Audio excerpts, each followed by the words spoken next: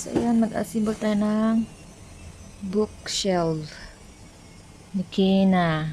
Ayan ha, pang all around sarsa tayo dito. Lahat ng kaya natin gawin, dapat natin gawin. So ayan, ito lagi ang aking ginagawa. Hindi lang tayo labandera at chef, karpentero din tayo. Ano? So ayan, start na tayo. So dito guys, ayan, ina-assemble ko na yung dalawang haligi ng bookshelf. Ayan, kailangan maingat ka sa, ayan yung paa. Kailangan yung paa na yan is hindi ka magkamali, kasi once magkamali ka, mahirap na siyang tanggalin. So and so on the other one, ayan, ilagyan ko. At syempre matigas siyang ipasok. So, pinupukpok ko pa yan. So, ayan yung paa niya. Yan, ilalagay mo siya sa apat na haligi ng bookshelves. Medyo hirap pa nga akong ilagay yan, no? Ayan, pinaikot-ikot ko pa yan. Hanggang sa maipasok. At ayan, ma-fix. So, another. Ganon din ang gagawin mo. So, mahirap mahirap mag-assemble ng mga kabinet. Ilang, ayan, ayan siya. Apat na haligi yan. So, ayan, buo na siya. Nakikita nyo, apat na haligi yan ng paa ng haligi ng shelf. And then, ayan yung mga i-assemble mo yan dun para sa mga haligi. Yung maliliit na plywood na yan. So, don't worry, may mga guide tayo. So, ayan naman is yung mga tornilyo, yung mga lock natin ikakabit.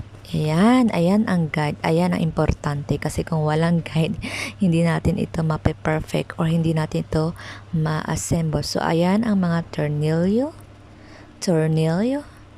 So, ayan. Nakikita nyo yung mga bawat butas na yan. Diyan nyo siya ipapasok ko. Ayan ang guide again. Ayan pala yung kanyang paa. So, dalawang patong yan. Una yung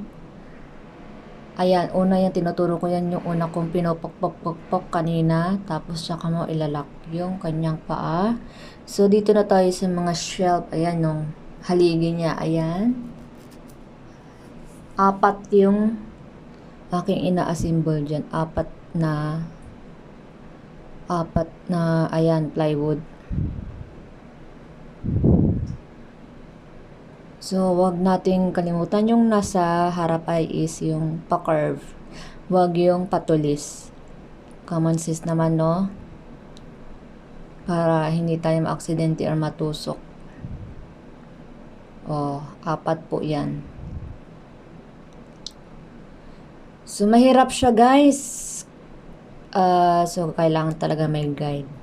Paano kaya kung walang guide? Paano natin ito i-assemble? So, magmamagician na lang tayo. Hula-hula na lang kung paano. So, ayan, may apat na butas. Yan, yung pangalawang butas mo, ipapasok ayang poste or haligi. Yan. Kasi yung sa unang dalawang butas is yung parang sa gilid niya. Ayan, dalawang butas na yan. Ito naman, yung pahaba. Hindi ko alam kung paano i-explain. Basta, mahirap siyang i-assemble pag walang guide. So, ayan, yung rosca at yung lock. Yan yung rosca niya. Ilalak doon sa tornilyo.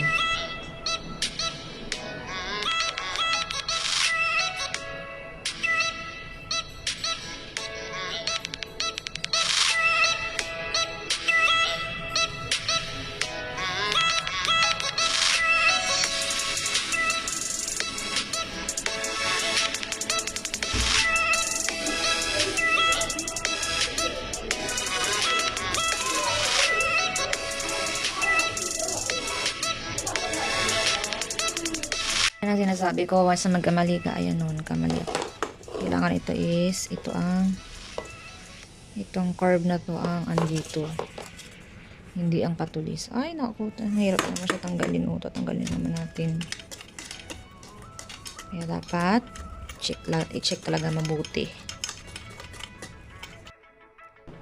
So, ayan guys. Nabuo ng dalawang haligi ng shell book.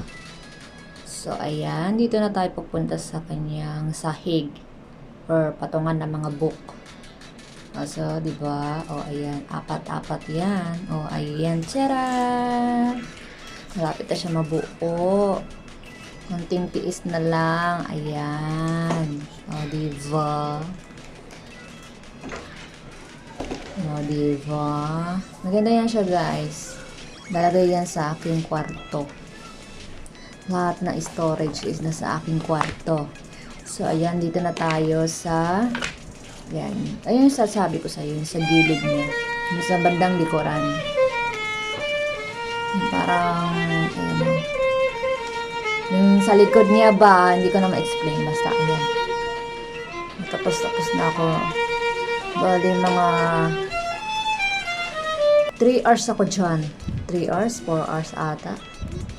Pinagpuyatan ko yan, mga inday, mga dong. So, ayan naman, yung dalawang puti is yung pinaka-final na yan. Ayan, nasa ibabaw niya. Apat yan. Mahirap siyang ipasok, so kailangan natin pukpukin ulit. Katulad ng ginawa ko na sa puzzle. Charan! Andyan na, may finished product. O, diba? Bongga na ng study room ng aking alaga. O, ayan na kanyang mini study room.